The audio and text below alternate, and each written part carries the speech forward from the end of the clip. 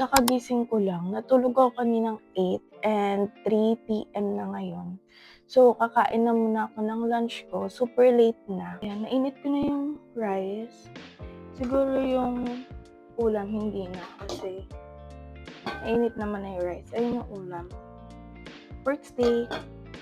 So, i-set up ko na muna bago ako kumain.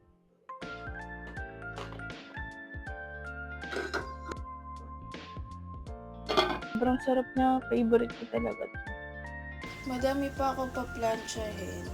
Kasi tinatamad pa ako. Mamaga yung kamay ko. Or sabi manas daw. Ayan. Kasi pa 35 weeks na ako in 2 days. So, ayan siya. Sobrang hirap na din niya i-close. Ganun. Parang nangangalay.